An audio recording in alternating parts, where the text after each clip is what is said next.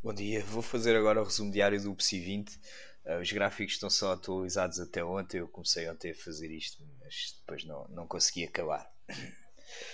E estive a ver hoje, concentrei-me nos valores do passivo das empresas e verifiquei o seguinte. O PIB de Portugal em 2008 foi 163 mil milhões de euros. A dívida pública foi, em 2008, fixou-se nos 176 mil milhões de euros, ou seja, 108% do PIB, que é bastante alarmante, mas há aqui uma outra realidade que nunca é mencionada, que para mim também é muito preocupante, que é o passivo das empresas do PSI 20, só do PSI 20. Todas juntas é 283 mil milhões de euros, ou seja, 173% do PIB nacional. Portanto, as 20 empresas do PSI 20 devem muito mais do que o Estado deve. Esta é a dívida do Estado, dívida pública, e esta é a dívida das empresas do PSI 20. Nenhuma empresa do PSI 20 deve menos de 1.000 milhões de euros. E agora vamos ver para cada uma delas qual é o passivo. Para ver quais as situações mais graves e as menos graves. Antes disso temos aqui o gráfico do PSI 20, não está atualizado com o dia de hoje. Hoje está a subir. E aqui o passivo, a capitalização bolsista da Altri é 388 milhões e o passivo é 1095 milhões. O BCP é o que tem o passivo mais elevado, quase 87 mil milhões de euros, para uma capitalização bolsista de apenas 4,34 mil milhões. É claro que se poderia dizer que a empresa está subavaliada e que, portanto, deveria ter uma capitalização bolsista superior. Mas eu hoje quero-me fixar só aqui nestes valores do passivo, porque acho que as pessoas não têm muita noção disto. Eu também não tinha. Aqui o BES tem um passivo de 69,7 mil milhões de euros. E o BPI 44,4 mil milhões de euros e só vale 2,12 mil milhões de euros. Isto significa que se o ativo, portanto, o BPI, a diferença entre o ativo e o passivo é mais ou menos isto, que é a capitalização bolsista, portanto é o valor contabilístico da empresa. Mas basta que o ativo valha 5% menos do que o que está estimado para a empresa estar falida, não é?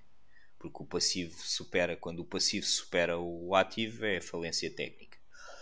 E o passivo é sempre aquele, o passivo não diminui, a não ser que se pague, enquanto que o ativo é muito maleável, não é? Bom, continuando, a Brisa tem um passivo de 4,3 mil milhões de euros. Eu ponho aqui o B, que é o billion, como disse, que significa mil milhões.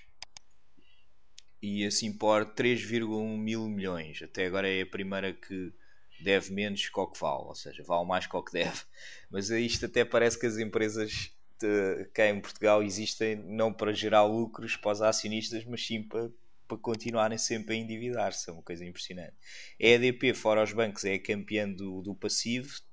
Tem um passivo de 29,9 mil milhões, que subiu quase 3 mil milhões desde a última vez que eu analisei a EDP, que foi há uns 6 meses, mais profundamente, aquela análise inicial, de 29,9 mil milhões. E aqui a EDPR, que ainda há pouco tempo teve o seu IPO, já começou a endividar-se aí à força toda e já deve 5,2 mil milhões de euros. E a Jerónimo Martins, nota-se logo aqui uma diferença, não é? Só deve 2,6 mil milhões e vale 4,2 mil milhões, mas também se pode dizer que isso foi porque a cotação subiu e não esteja bem gerida. Mas enfim, nota-se uma maior racionalidade na gestão da Jerónimo Martins em todos os aspectos.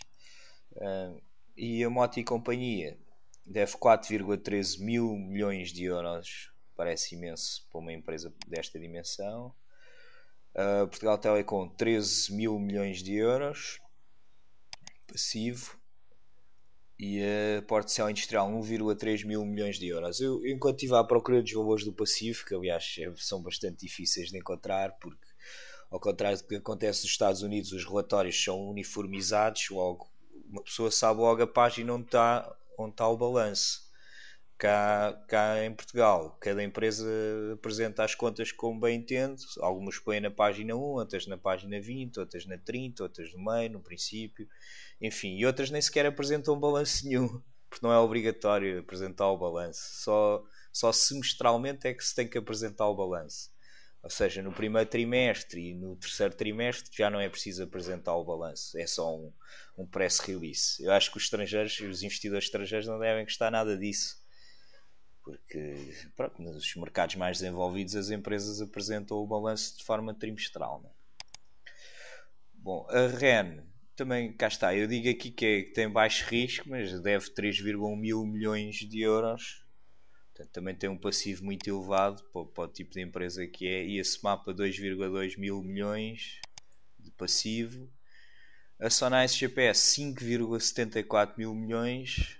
Portanto, todas as empresas devem imenso. Isto é que é uma grande diferença para o que eu vejo em muitas empresas estrangeiras que têm muito dinheiro e não têm dívidas quase nenhumas. Especialmente as chinesas.